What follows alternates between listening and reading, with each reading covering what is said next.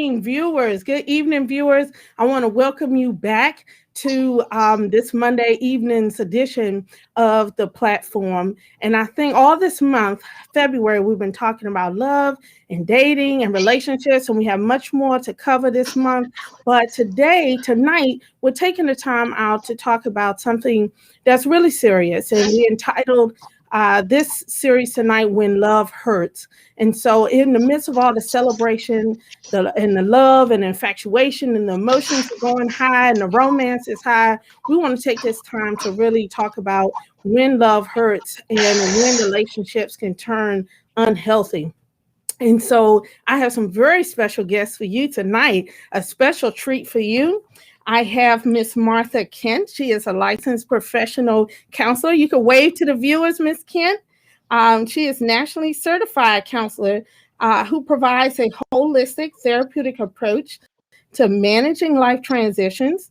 She is a graduate of Liberty University, where she earned a BS in psychology with a focus on Christian counseling and an MA in professional counseling. She enjoys helping women reach their full potential by helping them break free of patterns that keep them stuck. So, ladies and gentlemen, we welcome our counselor, Miss Martha Kent. We also have Mrs. Andrea Reed, a wonderful delight, a woman, an occupational therapist, and a survivor and a thriver of an unhealthy relationship. And I welcome her to the platform, and she graced this stage with her story. And I thank you. I think you all will be blessed tonight as we dive into this subject. So I'm just going to go ahead and dive right in. So either one of you can answer, but I'm just going to throw it out there. So if you're out there in a relationship, you're in love, whether you're married or dating, how do you know you're in a toxic relationship? How do you know that? You want me to go first? However you want to.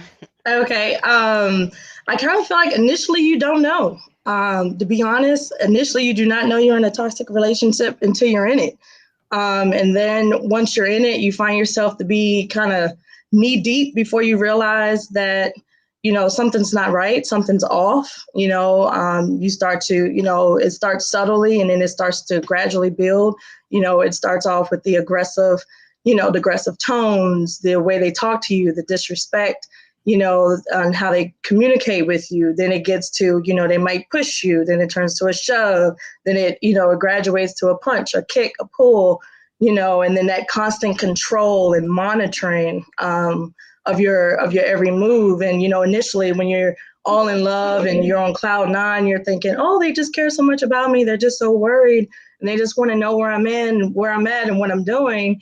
And really, it's just them establishing that control and power of like constantly looking at your phone, where are you going and how long you're going to be? Or if you are in a location, they're constantly calling you or texting you during that time. And also you being able to say no to them is not acceptable. Something that, you should be able to, just as much as you can say yes in a relationship, you should also be able to say no. If you don't want to do something or if you don't agree to doing something, and they should be okay with that. Another thing that you realize later on down the road is that they keep a constant scorecard of everything that you do. It's kind of like a record. So anything that you share with them, whether personally, your weaknesses, anything that you've exposed yourself to, they kind of turn around and use it as leverage to maintain that control and power over you. So long story short, I just kind of feel like you really don't know you're in a toxic relationship until you're in it. And then it's so layered and so complex that by the time you're in it, you're so engraved in it. And it's just like a survival mode at that point. Just trying to figure out and navigate your way out of it safely. Absolutely. Yeah, I totally agree with that. And I think that the only thing I would add is the early warning signs are like gaslighting.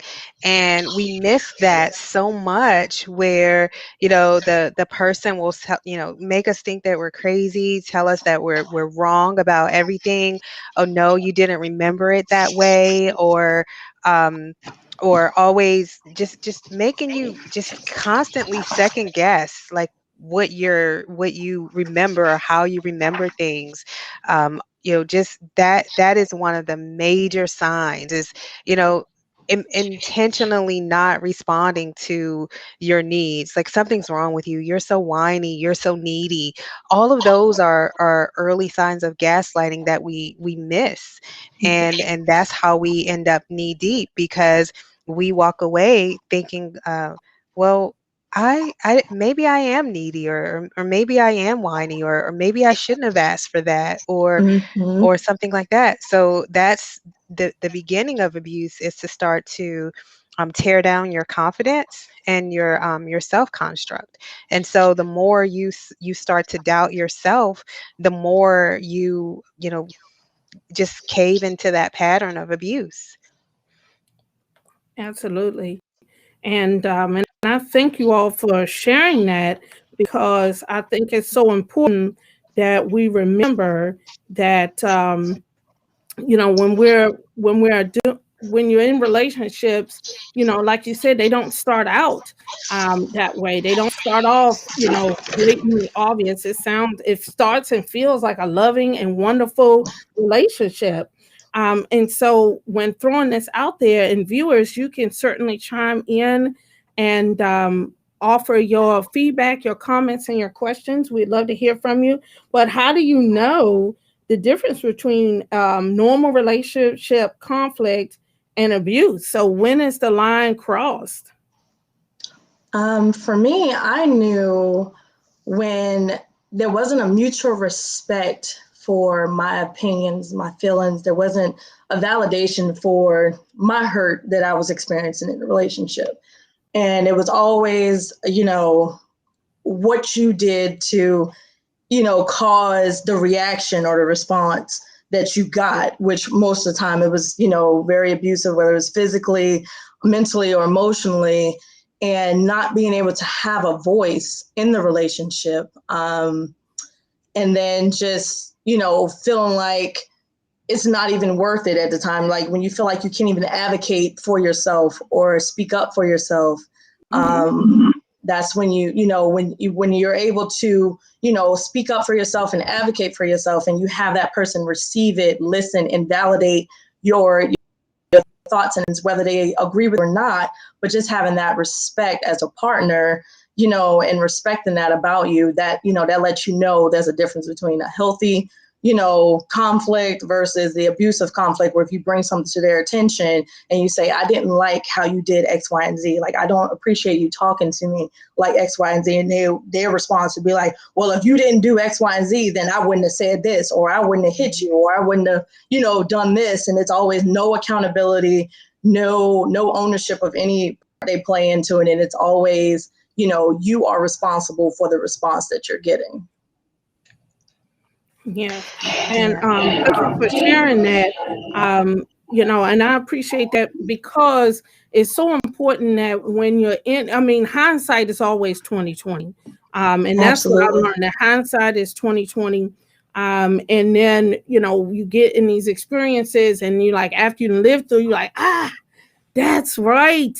Why didn't I see that? Why didn't I miss that? And so I want to give Miss Ken an opportunity to respond to the question as well. I just wanted to piggyback on what she was saying, that yes, it always seems one-sided, like you're always to blame.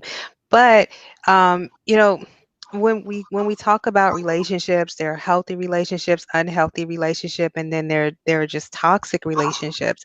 And all relationships tend to have at least some of the first two things of healthy and unhealthy, patterns and communication styles. But healthy relationships don't live in the unhealthy zone and hardly ever reach the toxic zone, but they do have some characteristics of unhealthy because we're human. But to add to what Andrea was saying, the other part of it is, in a disagreement, you're arguing about something that happened. You're not arguing about why you're a bad person or what's wrong with you. So when you're in an argument with someone and it always turns volatile, whereas, you burn dinner, no, okay, I'm sorry I burned dinner becomes you're stupid, you don't know how to cook.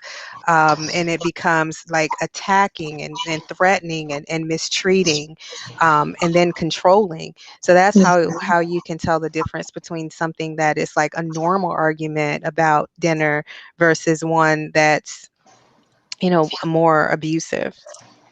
Absolutely. And it's funny you mentioned about the dinner situation. I had a situation where I was cooking, I believe it was cream of wheat, and I was stirring it, and it became a big argument because I was stirring it counterclockwise versus clockwise. Hmm. And, I wasn't cooking it because, oh, you didn't want to fix it for me. That's why you're not doing it how you normally would do it. And you're going to make it wrong. It's not going to be the same. And that's when you kind of know, when that abuser, like, it's like they use any opportunity to try to demean and put you down and kind of basically intend to hurt and control and try to humiliate you, and it was also in front of, one of his friends, and it just became this big to do. And I'm just sitting here like thinking I'm going crazy because I'm like, I know this is not all about some cream of wheat and me stirring counterclockwise versus clockwise. Like, this is insane, you know? But it really did become a really big blow up. And that's one of those situations where you do, that's one of those real red flags. It's like, hey, this is a very toxic relationship that you're in, just piggybacking off of what you have just spoken about, just little things turn into big things. Mm-hmm. Yeah. Oh, what do you want to say something? And I'm sorry. No, I wasn't. Okay. And I think, I can even think on, out of full disclosure for myself, just opportunities of my late husband, we had a what I would say an abusive relationship. It didn't go as far as physical, but it definitely was a lot of emotional and verbal abuse, and it was escalating. And like we were saying earlier in the broadcast, I didn't see it.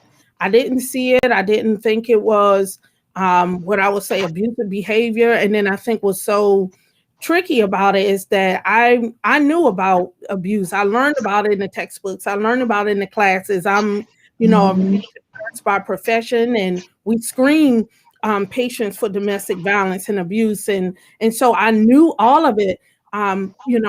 Intellectually and cognitively, but when you're in the relationship, when you're living it and experiencing it, I didn't make that connection. I didn't make that Mhm. connection, and it was many years later, and being in it full time and starting to notice and question and like, that's not making sense. Things started to click.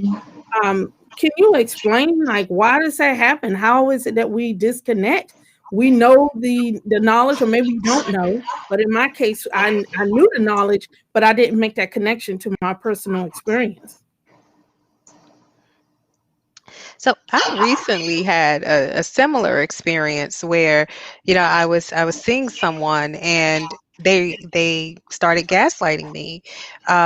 Gaslighting is when the other person tries to make you think that you're crazy or you don't Mhm. understand. Your perception of reality is wrong. So it would start with things like, okay, we're going to meet at the restaurant on this street, and then I go to that street and they're like, no, I said meet at the one across the street. And so you get to thinking and you're like, well, maybe I did mishear, or maybe I Yes. misunderstood. Mhm. And you start to just naturally question, like, okay, well, maybe I wasn't paying attention, maybe my background was noisy, and then so on and so forth. And you just end up like in this hole where you're looking up and you're trying to figure out, like, how did I get down here, where I'm afraid to say what I think or what I feel. Mhm. Mhm. Uh, Absolutely. yeah. Mrs. Reed, did you have anything you wanted to say? It looked like you had something right on the tip of your lip. No, I mean, I agree with everything she's saying. It is a very subtle, it's very subtle how it all, happens and how it all plays out. And you don't see those gaslighting signs early on, could be misconstrued for other things, or we're in denial, or a lot of times we want to see what we want to see, and we get caught up, in that kind of infatuation period. And it's just a very subtle thing, a progressive thing that you're not even realizing as time progresses, how you've been, how they've been gaining that control and manipulation and power over you over the course of a few months or, a few weeks. And then, like, Ms. Martha was saying, it's just, you really start to doubt yourself and really start to think like, well, maybe I didn't see the sky was purple. I thought it was blue, but he did say it was a little hint of purple. So maybe, and you really start to think you're somewhat crazy a little bit. And then that self-doubt starts to kick in, and not to mention all the other complexities of whatever you're dealing with personally, self-esteem, self-worth, confidence, your own weaknesses and things that you're dealing with from whatever, experiences you've had over the course of your life, coupled with whatever they're bringing to the table too. That's right.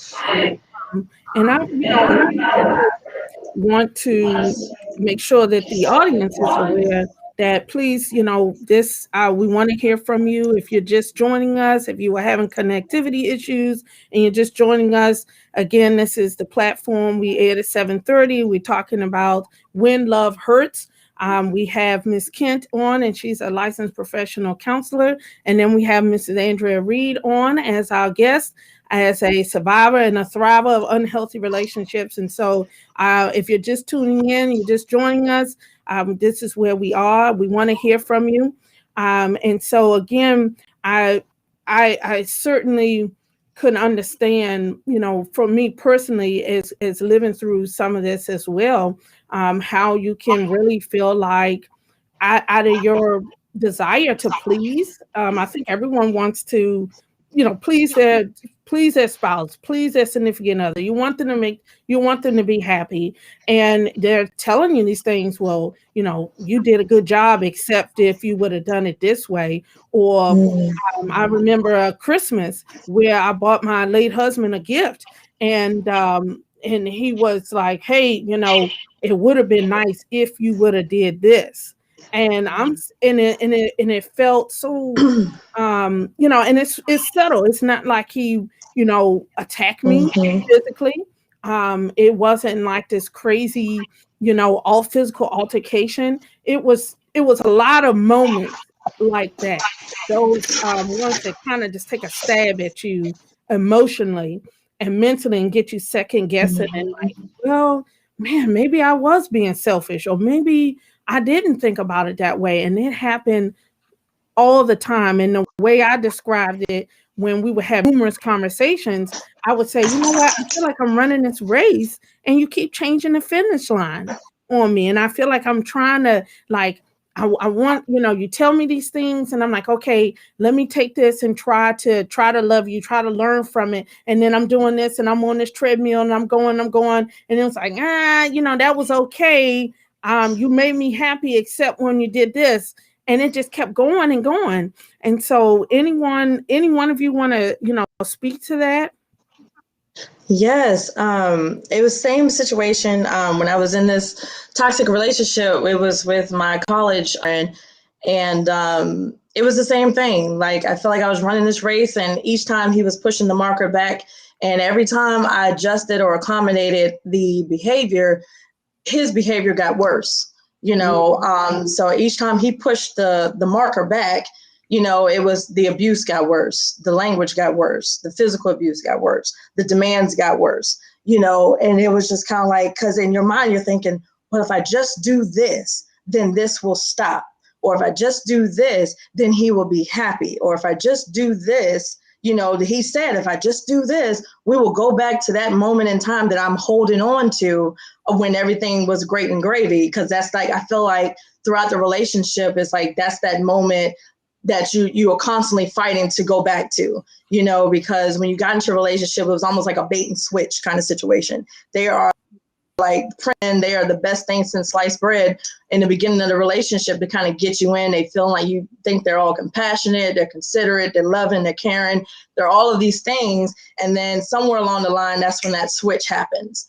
And it's almost like you're in that constant race, and you're trying to get back to that person that existed, but only to find out that it was just all part of a game to just gain control, and power.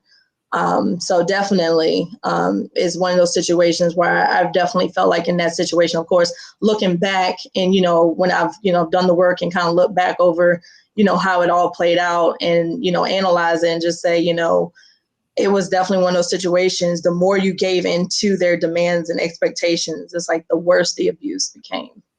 And that, from my experience. And Ms. Ken, I'm going to give you a chance to comment, and then we'll go to our viewers. She pretty much summed it up exactly what I was saying. It's always like a constant race. Like the mark is just always being moved from one place to the next. And I mean, I don't have anything to add to what she said. She said she summarized it very, very well. That's right. That's right. And so I wanted to go to our viewers. A viewer asked the question: if you're a family member and you suspect your loved one is in an abusive or toxic relationship, what can you do or say to be supportive and help your loved one see the light? Great convo, ladies. Any of our panelists want to respond to that? Say that last part. Say the question one more time. If you're a family member and you suspect your loved one is in an abusive or toxic relationship, what can you do or say to be supportive to help your loved one see the light? Ooh, well, that's that's a tough one. I mean, I don't know who the viewers on here know that Natalie is my sister. And and I had, have been in that toxic relationship, and I I don't know. You mind me sharing, Natalie? You mind me sharing? No, we don't let you be yourself. Okay. It was when I had met, her late husband, and there were things that I had experienced that I know that she had not experienced. And I was able to immediately pick up on a lot of the things that I had experienced in my own personal relationship. And I tried to, run interference, I tried to do a lot of things to try to run interference to try to get her to see the things that I was seeing. But then what I realized, and to the viewer who asked the question, what I realized at the time, the more you push, the more you're going to push that loved one into the arms of the abuser. But I will feel like, for me, the best advice looking back, if I was to give myself this advice looking back, would just to kind of do kind of what we call motivational interviewing in occupational therapy. Is kind of getting the person to dissect and come up with their own solutions without them feeling like you're the one who's giving it to them. So I think looking back, I think I would have took a different approach to have more of a conversation to kind of just bring up certain things or certain behaviors to my sister to say, hey, you notice this, or do you realize this, or how does that make you feel, when he does X, Y, and Z? And that would have kind of planted the seed and made would have start to kind of get her to think, have that extra sounding board, that extra voice that was other than his. Because a lot of times what I've noticed too, with my abuser at times, he wanted to be the only voice in my head. So I wouldn't have much of an outside influence to really be privy to, the mind games and the control that he was trying to maintain over me. Mm-hmm. Thank you for sharing that. Ms. Kent? Yes, I would say the number one thing you'd want to do is get educated. Know the different resources out there for yourself. Know what abuse looks like, and then have those resources available for your family member or your loved one. You never want to encourage that person to just leave or walk away, because that is the most dangerous time in an abusive relationship is when that person is losing control. So you always want to, just be supportive of that person, and make sure that you don't use any blaming words or stigmatizing words like this is your fault, or just leave him. Don't badmouth the abuser, but just get educated and know what those resources are available. Mhm. And so I think um, I appreciate you sharing that because it's so important to know and have that guidance. And that's why, because of the subject matter this evening is so sensitive, and it's sensitive and it's important and it's crucial. And for any viewers out there who are currently in a toxic relationship, have survived a toxic relationship, or know someone who's in one, it's so important that you know what to do to navigate this rough waters safely, from a position of support. And so, I can't thank my, Miss Kent coming and bringing her expertise to help us. But I do think what you lifted up is important. And so for the viewers out there, we're throwing these words around: abuse. What exactly is abuse, and are there different types of abuse? So, absolutely. So, abuse is, there are many different types of abuse. There's financial abuse, there is physical abuse, there is emotional abuse, there's spiritual abuse. Um, those are the only ones I can think of right now. Mhm. Um, Sexual abuse. how did I forget that one? How did I forget that? That's a big one. Help Mhm. me out here. Sexual.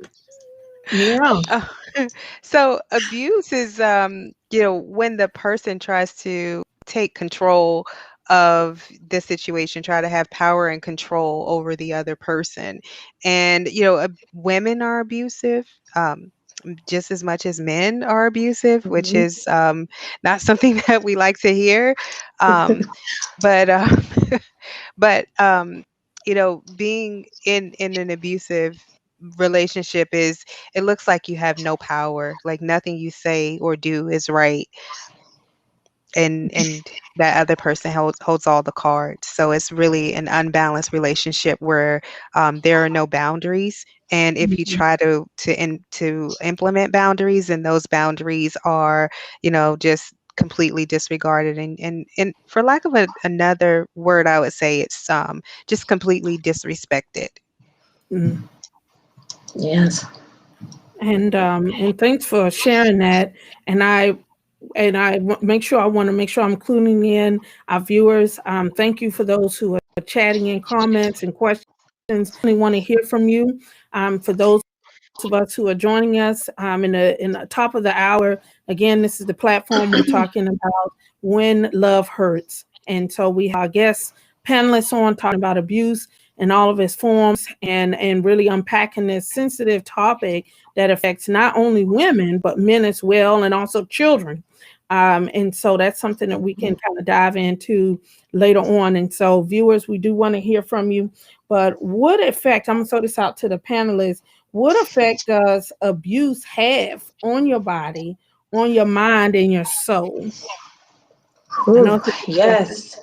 That's a very big That question. one, abuse, in any form, um, is traumatic, and it's a violation of your mind, body, and soul. And it's like your body's in a crime scene almost. It doesn't feel safe, um, and the trauma. You just try to spend as much time outside of your body as you can, because you're trying to escape constantly having to relive those moments. And then you're mentally tormented by the shame. You are ashamed that you were in the situation. You ashamed that it occurred. You ashamed that how you reacted or how you didn't react when you were in that situation. And then at the same time, you just you start to become numb. I know at times I felt like just kind of like a soulless body walking around just in survival mode, just kind of like, I just got to survive, and you definitely feel outside of yourself. You lose yourself. And then, and it's a battle of trying to remember who you were before you got with them, and try not to become the person that they're trying to make you out to be, or that they say that you were throughout the relationship. And then also what society deems you to be. You're also fighting the stigma of society of blaming the victim also. Well said. Ms. Kent? I think that was very well said. And I just wanted to add, like, with the dissociation that happens, your body goes into fight or flight where you can never like rest. And so, um, I'll speak to the soul aspect of it. It like creates soul wounds where you're like abandoned and wounded, humiliated. There's like betrayal trauma in there. So it's your soul is never at rest, and it's just anguished. So that's the soul effect. But on your body, your body is just physically stressed because you're always in fight or flight. And I know, Natalie, you can speak to that, the impacts of stress on your body and how it can cause all these other ailments to come in, things that you weren't diagnosed with. Or that it could trigger different kinds of things, and then in your mind, it is hard to just regain confidence. Like your sister said, to just get back to a place where like who you were before you met that person, and be confident to know that that person was okay just as she was or he was.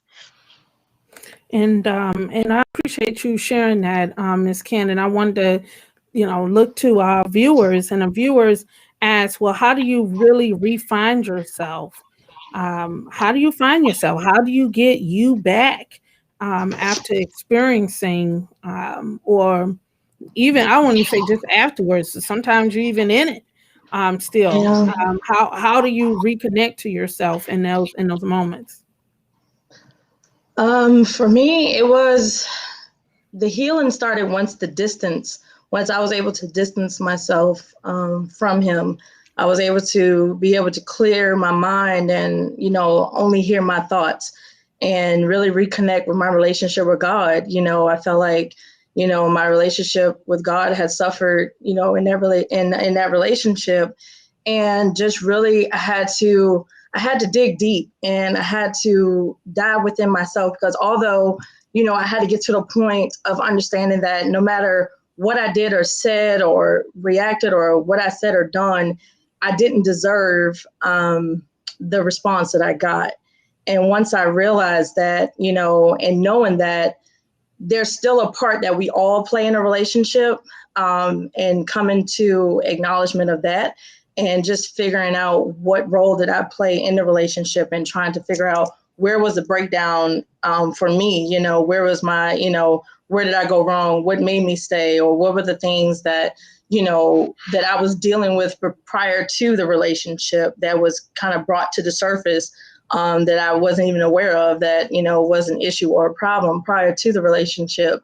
And just really digging deep and finding my relationship with Christ again, and getting rooted and grounded in that. And the verse that always stuck out to me was, 1 Corinthians 13:4-8, about love and patient, and it's kind, it's not boastful, it doesn't hold record of wrong. And as I'm going through all these things that God is saying love is, I'm also realizing that that is not what I'm experiencing.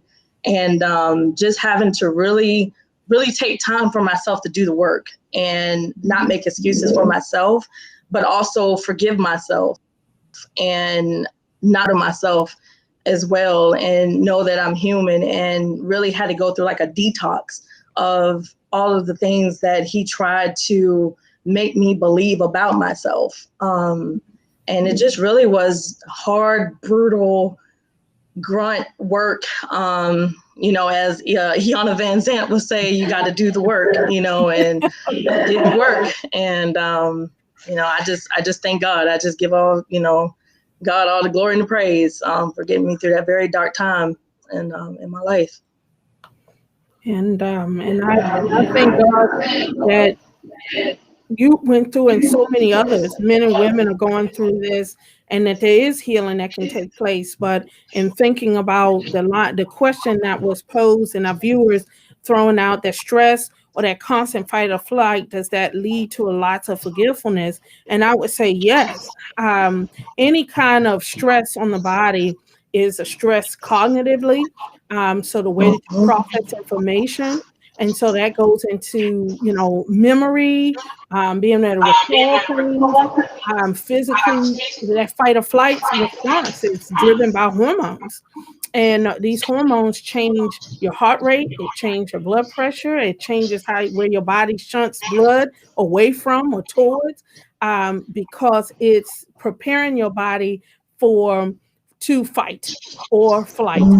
Because of that, cortisol levels are high. And if you're in a constant state of fight or flight, even when you're at rest and there's no apparent or immediate danger, your body is always in place. You're having these high surges of hormones going on all the time. You have neurotransmitters going berserk. These things tear down and negatively affect your body.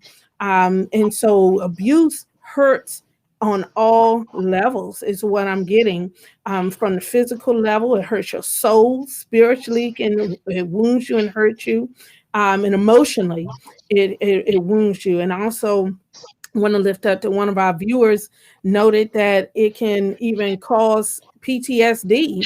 And so, Ms. Kent, in your role as a professional counselor, what are your thoughts on that? PTSD, abuse, is this real? Is that a reality?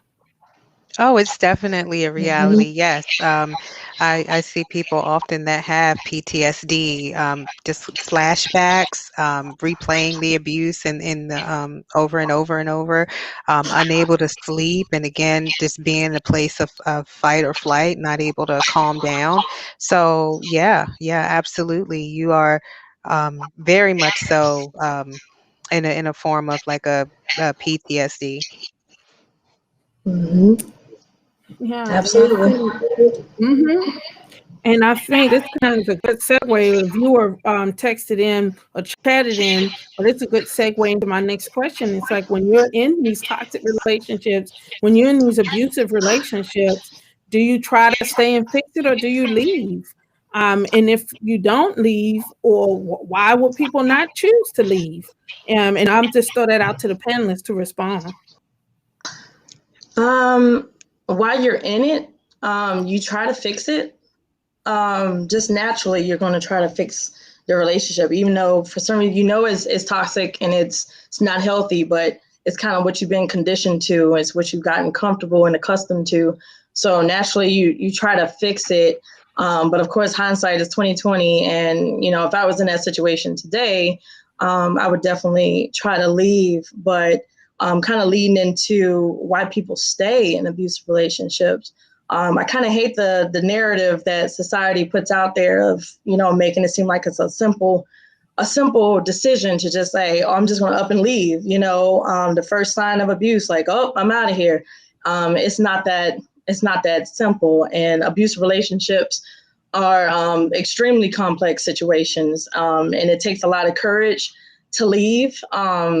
Abuse is about power and control.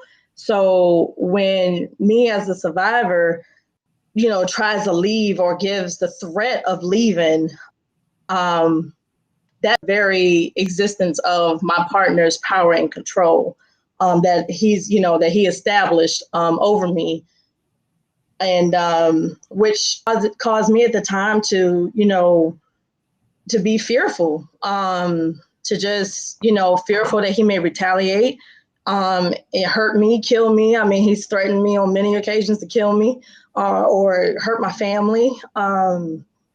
So leaving is like Miss Martha was saying, it's the most dangerous period of a survivor's time when they're trying to leave. And I know that statistics say that on average, you try to leave 7 times before you actually leave for good. And it's unfortunate, that some survivors, some victims of abuse don't make it. when they go back. Mhm. Sometimes it costs them their lives, or they are forever eternally damaged as a result. So that's what makes it really scary. It's just that fear and that unknown, um, of being in that relationship, or why people stay. A lot of times it's just the fear of retaliation, or what will happen if I do get away. How are they going to retaliate against me or those that I love and care about? Miss Kent, I see Yeah. you got some words on your lips.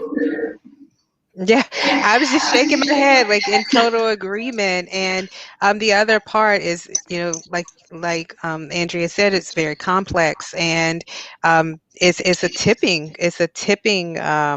weighted situation. And so if it's financial control, then like who wants to leave? And if they have children involved, you take your children to a shelter, so everybody's life is uprooted. And then there is like the I don't want to say reality, but the thought that the person has that the abuser is not a bad person. A person in a toxic Mm-hmm. relationship may rationalize it for a long time. Maybe they just had a bad day, or maybe they had too much to drink last night, or maybe they were right. I should have had dinner ready. So it's that self-doubt of, okay, I'm going to just keep striving and striving and striving, and eventually I will get it right. So it's what we were talking about earlier with moving the goalpost. And so as the person that's in the situation, they don't think that the abuser is a bad person more often than not. They just think that they have comforts that they're getting from this person, and they're not really sure of how to give up those comforts in a lot of situations. Totally agree. Yes, and I think just what both of you are saying, and even our viewers chatting in, and certainly viewers keep those comments and questions going as we talk about when love hurts. So we want to hear from you here on the platform. But it just as you all were sharing your own story, sharing your professional experience, I can speak from my own personal experience as well, and it was quite feeling that you do feel the intensity step up when you start to become more empowered and you start to question and be like, you know what, no, that really doesn't make sense, and no, Mhm. I'm not responsible for your happiness anymore. And then Mm-hmm. they turn up the heat. They turn up the heat on you, and I'm going to leave, I'm going to do this, or you're not going to make it without me. Oh God. You can't do this without me. And so it's that emotional and mental prison that they try and cage, that you feel like that the abuser is trying to keep you in, so to keep you under control, and thinking too free, being too connected. I know earlier in the broadcast we mentioned about, uh, them trying to isolate you and not wanting to have other influences come into your life, other thoughts, other ways, and it's to really just reinforce that, I am the center of your all. I'm the one who is best for you. I'm the one, and you're the one who has a problem. You're the one who can't make me happy. You're the one who can't be loved. You're the one. And so you just, it's an entanglement. It's an Yes. entanglement, Yes. all levels. And I Mhm. want to Yes. just turn to our viewers. Our viewers chatted in. If my kids witness the abuse or maybe even abuse themselves, what do you recommend to help them cope and heal? And I'm gonna throw that out to the panelists. I'm gonna go with the professional on this one. It's like I defer to the professionals. Miss Kent? I would say the most important thing with kids is messaging, making sure that they understand that it wasn't their fault, and then getting them connected with a good child therapist. And I will say someone that specializes with children who have been abused. That is so important, that it's someone that does play therapy, does sand tray, that could help them process the abuse. But the most important thing is messaging, and helping them to understand like what happened to you was wrong and it shouldn't have happened and it wasn't your fault, but making sure that they are, after, removed from the situation in a safe way, that they're in a loving environment. Mm-hmm. And I would say, unless Mrs. Reed, you want something, you had something you want to add. I certainly don't No, want to take over. no. I mean, my experience was, I didn't have, any children with, my abuser at the time. So I just leave that to the professionals to speak on that. I can give my opinion, but I don't want to give the wrong advice.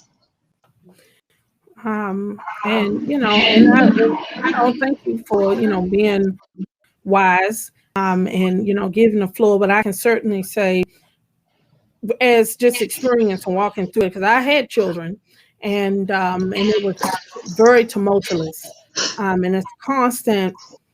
I just remember feeling so much guilt that my children are being hurt, and I'm sorry if I get a little choked up or teared up, but just feeling like I want to protect them, but I can't.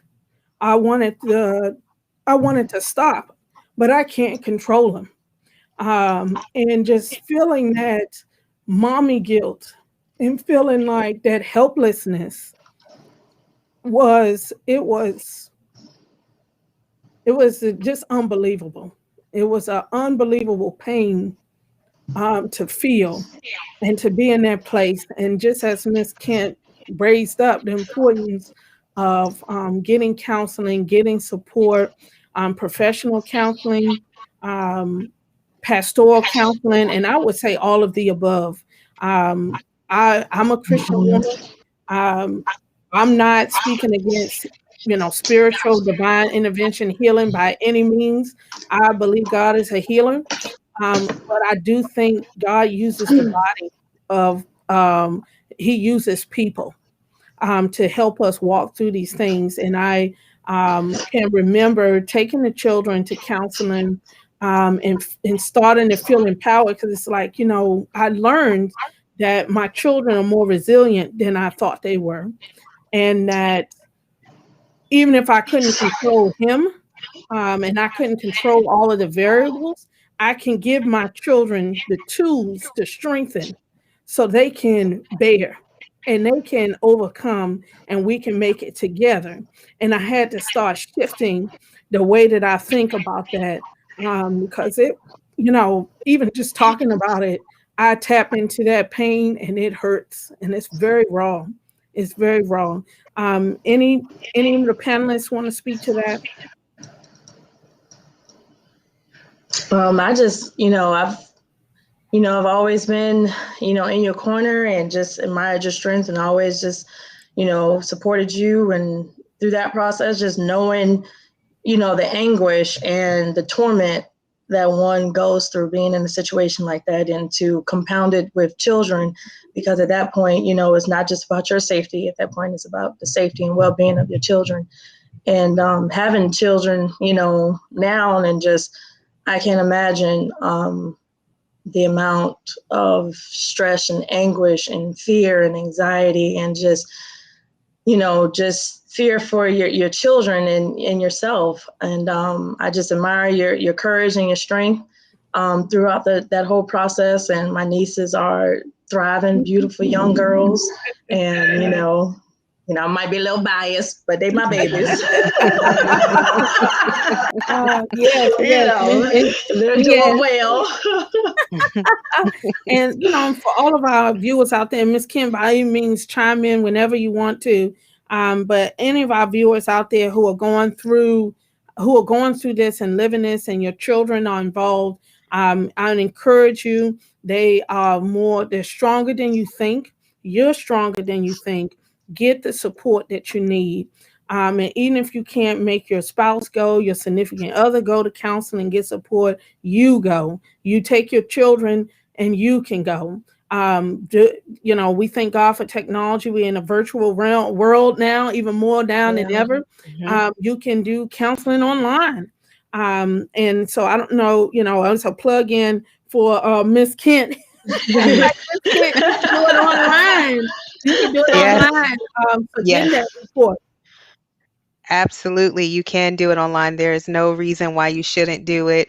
And Yeah. depending on the severity, because things are always on a spectrum. So when we talk about domestic abuse and toxic relationships, I think that we have to keep in mind that life is lived on a continuum and on a spectrum. So it may look very different for some people than for others. For some people, it may be forms of emotional abuse or financial abuse. And then for others, it may be, all types of abuse, sexual, physical, emotional, financial. And so they may not have the resources or the means to reach out, or they may be in total isolation. And in those cases, I just want to just put in a plug and say, you're not alone, and people won't judge you if you go to reach out for help, because there is safety, and life doesn't have to look the way that it looks now. Mm-hmm. Absolutely. And I agree with everything she said because I gone to therapy. When I was on campus, they had campus therapists there for us to talk to. And I utilized that, and I've gotten therapy outside when I was after graduating, and definitely a huge advocate for seeking counsel, and your church, your pastor, you know, just definitely just utilizing those resources that are out there, and realizing, just like Miss Martha said, that there's no judgment. They're definitely there to help you, navigate through all of your emotions and all of your thoughts and ideas, and anything that you may have questions or concerns about. They're not going to make you feel like you're stupid, or why are you thinking this, or why are you feeling this, but actually help you navigate through it so you can begin to heal and get back not only to yourself but a better version of yourself. Mm-hmm. Hmm. Absolutely, absolutely. And there's strength in community. There's strength in being in the light. When you're in the darkness and shame and secrecy, wickedness prevails, because there's no counteracting those negative thoughts or feeling. There's no one saying, "Hey, let's think about this a different way," or "You know what? I think let me try to step in." Because when you're on the front lines of your own issue and you're getting beat up, emotionally, mentally, and even physically or spiritually as you're going through this, you become weak. And and the word teaches us that when we're weak, Christ is strong, and He can be strong through others. You don't have to bear it and be all and everything. And I think of course I don't speak for the entire race, but I will say I feel like in my experience as a Black woman coming from being raised and brought up in a Black church, there's so much. I don't need counseling. All I need is Jesus to Mm-hmm. get me through. Um, do I think that's true? Absolutely, yes. But I think it's not quite the whole truth. I think people are missing some of that. Can you all speak to that? Any of the panelists? Yes. I mean, absolutely. It's a all encompassing, like, ordeal. You get, God gives us wisdom to, seek out those things that, we get it through Him. We get our strength and understanding and guidance through Him, but He also places people here to help us along in that journey too. And I definitely feel like, is wise to, receive counsel from, the professionals, from people who have experienced it, have a community, a network that you can, trust and have an open conversation with about it. Because a lot of times, coming out of that situation, I didn't feel like I could talk to somebody that was close to me, or that could really understand it. Um, it was really hard to kind of open up, because a lot of that shame and guilt, and then just the stigma around abuse at the time. And somehow, some people would think, you still had some part in it, or it was partly your fault. So that, and it's a lonely feeling. So I definitely would say to reach out to those who are put in place, that God has put in place here to help you in those situations. Kent? Yes, I was going to just say that if you look at counsel in the Bible, the Bible is filled with wisdom and scripture about counsel and seeking counsel and seeking the advice of, of our wise counsel of our spiritual leaders, and God, God is a great counselor himself. And so it's something that is in the construct of how God created the world when it was formed, is that we need counsel because we can't really be left to our own devices to figure things out. So counseling is something that is necessary for all phases of life. And I would just add to that if it's when it comes to counseling, it's important to find the right fit. It's like a glove. So Mhm. if you tried it before and it didn't work out, that just means that that person wasn't a good fit for you. It doesn't mean that that person is, good or bad or anything. It just means that it wasn't a good fit. But it's important to go to someone and figure out like what's in my heart, what is going on with me, and who can I really just get naked with and be honest about what I'm feeling and experiencing. Mhm. And that is so important, just being able to, because for so long in that relationship, you don't feel like you can be transparent or you can let your guard down because you're always in that fight or flight mode. So coming out of a relationship like that, it's, trust is a big thing and your guard is up. So basically, just like, Miss Martha was saying, just really being able to find someone that you can be naked with, because that's what it's really going to take for you to really truly expose yourself to heal.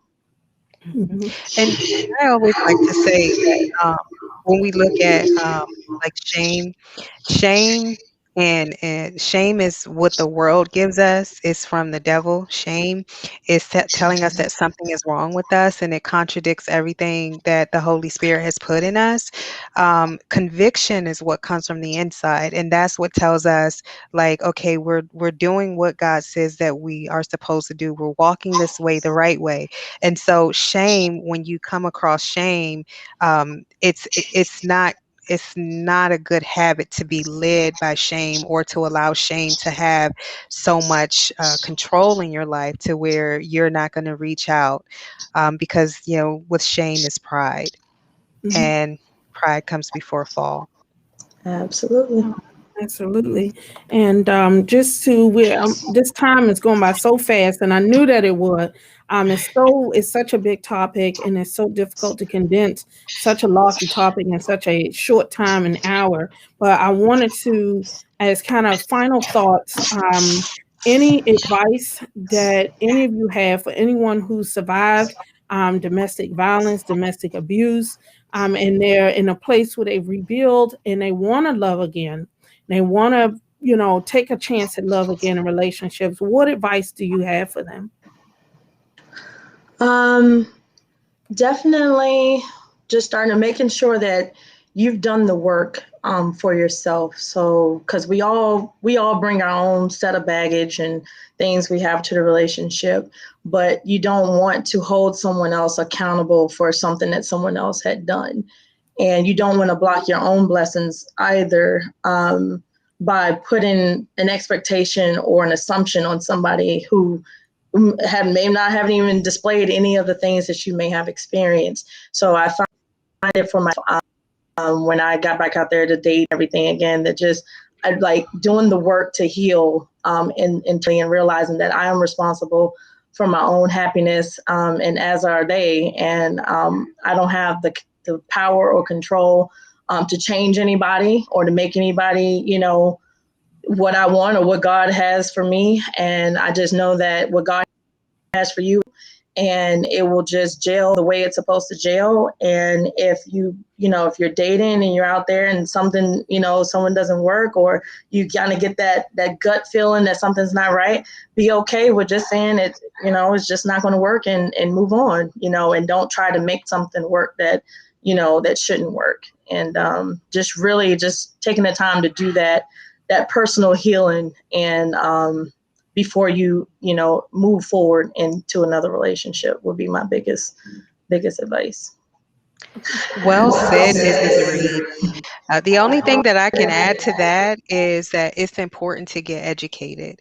Educate yourself on what a healthy relationship looks like and what are healthy boundaries. Learn your own boundaries and know, like, is this relationship balanced? Can I communicate? Do I feel free? I'm running late. Am I feeling anxiety? Listen to yourself and get in touch with what your deep gut emotions are saying, because they're always right. We have that intuition that God gave us for a reason. So my takeaway would be just get educated and know what healthy is and what healthy isn't. Mm-hmm.